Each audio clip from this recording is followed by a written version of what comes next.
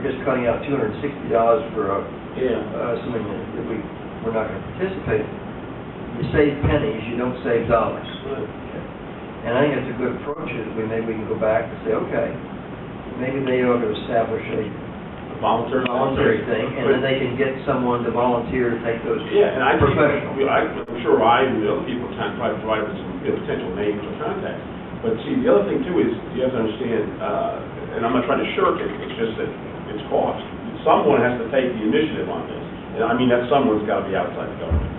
Because you don't want to be paying to construct these things, as far as I'm concerned. Well, you know, I looked at this general municipal law. Yeah, that doesn't even apply to us. Right. No, it's for the city. Correct.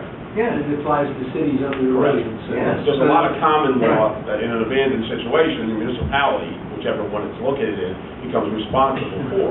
Now, the extent is a question of responsibility. Do you have to clean it? Do you have to maintain it? Well, the next thing I wanted to ask you, is any municipal corporations authorized and empowered to establish volunteer cemetery maintenance and cleanup programs to maintain and clean up abandoned cemeteries? Right. Wholly contained within such municipal corporation, for which such municipal corporation has the primary responsibility to provide care. The point is, Hasn't been established. If we go and do that and establish it, there has to be 20 private cemeteries in Goshen. Right, 30. And if that's our primary responsibility, we will be maintaining it, and someone stops maintaining it. It does say I agree with you as far as the volunteer group, and I think that's a good way to go, and I think that's what's happening now. Because I went and inspected the cemetery, and it was clean. It was very nice, it was very neat. So our volunteers who have been doing this have been doing a beautiful job. I was amazed when I got that the stones were relatively set nicely. But then again, it's a private cemetery, and there were large trees, and I brought pictures back. In the middle, I'm not sure, if we could get someone to donate the time, or they could, that would work. Yeah, just start contracting for all the tree removal. Yeah, you could have a major across the issue. board. I think we could have a major issue. If we do it, that's going to be our primary responsibility. We have already said, okay, we'll be responsible for these. If you remember, am I right, Dennis? Yeah, absolutely. We were first exposed to this, if you remember, years ago off of Maple Avenue, when Justice Sawyer would sentence the criminal defendants to maintenance work in the private cemetery. And that's how he was maintaining that particular cemetery, which was, unfortunately, was improper, and that we had to discontinue that service. But it's the type of thing that if these people, be it Debbie Ford or whatever, I analogize it many times to the Humane Society. They've got to run with the idea. They've got to develop it forward, and certainly we'd be receptive to it. Absolutely. Within limitations. But for us to create it, study it, empirically design it, boy, you're looking at it again, unless you want to assign it to somebody who's on the payroll. No, and I think that the people in the community think that our Department of Public Works has got the flexibility of doing all these things, but we don't. We don't saw down trees. We hire that done from the outside. We don't have that skill base or the machinery, bucket trucks, etc. And this can be expensive. Now, these trees are good size. Oh yeah, these big trees. And these are in the middle. Could you get to them with a bucket truck and all that kind of? Yeah, I think you could. It's open. It looks like it's almost a designated tree line. It looks like it may be on a property line. No. Some of the trees are right in amongst the stones. Yeah. So, and I don't know. But that being said, I thought I was going to go there, and I thought it would be a good program for the Scouts or some community organization to go up and clean it up, but on their behalf, they have done a wonderful job keeping this clean. It's beautiful. So where do you all recommend we sit down with Deborah and anybody else out there in this volunteer group and say, okay, you're doing a great job, however, why don't you take the next step, which is to see if you can find a volunteer to trim the trees? In fact, if there's a state organization they can contact, which, most times they work with municipalities, because we would actually perform it eventually, but they could do a lot of the state work. Again, I think it's just a question of allocation of time and resources. Okay.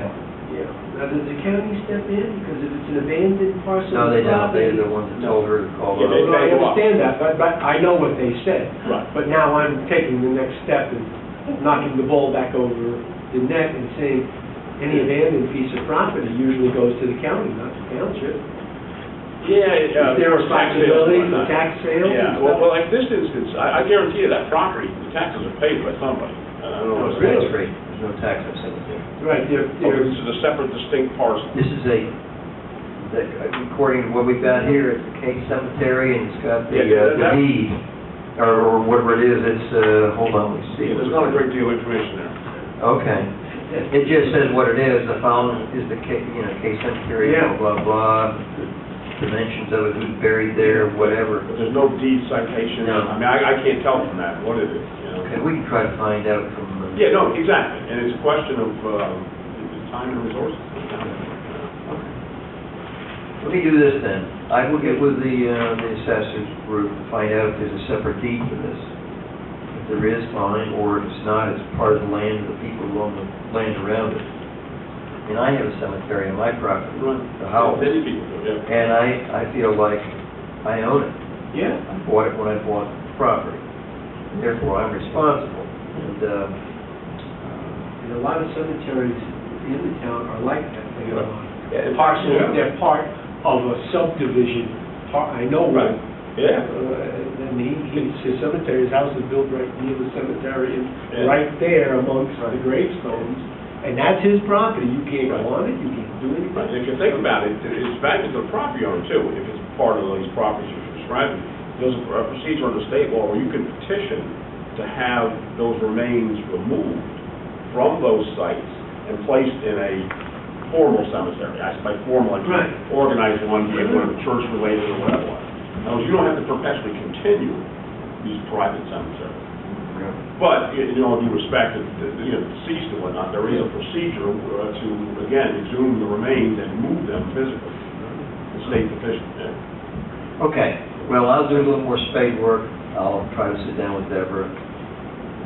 If I need any help on this from Bill or Dennis, I'll call you on in and we'll try to get, but I think that this may very well be part of the land, that parcel that whoever owns it. Yeah. Very good. I know the cemetery that's on our property is, no one's been buried there since the early 1800s. And no one's ever come to visit it. Right. The family's died out. Yeah. In fact, that's the determination many times. It has been like any internment for 20 years or so. It's considered to be inactive, and it's subject to, relocation or whatever, voluntary associations, et cetera.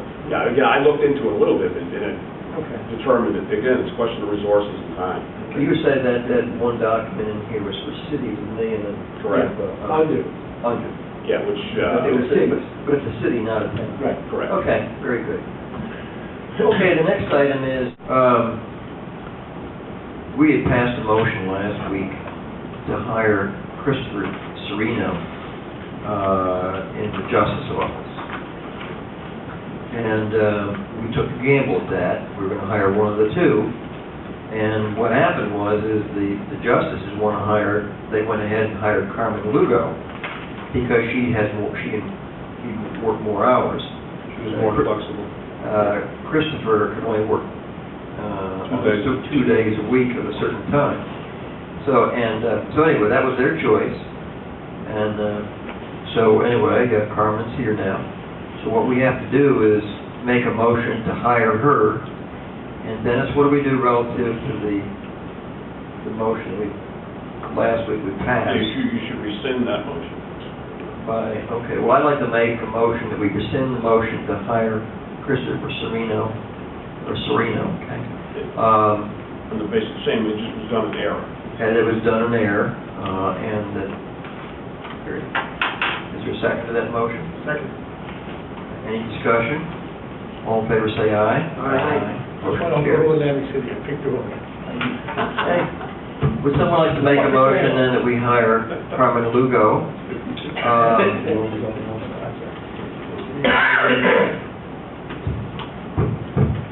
To be approved as part-time employee at a rate for up to 1,040 hours per year at a rate of $13 per hour by the court office of the town of Goshen. So moved. Second. Just one other thing, no benefits, right? No benefits. And this would be effective, I guess it's effective 2 weeks. let's say January 1st. All in favor, say aye. Aye. Motion carried. Thank you very much. That one. The next one is just for information.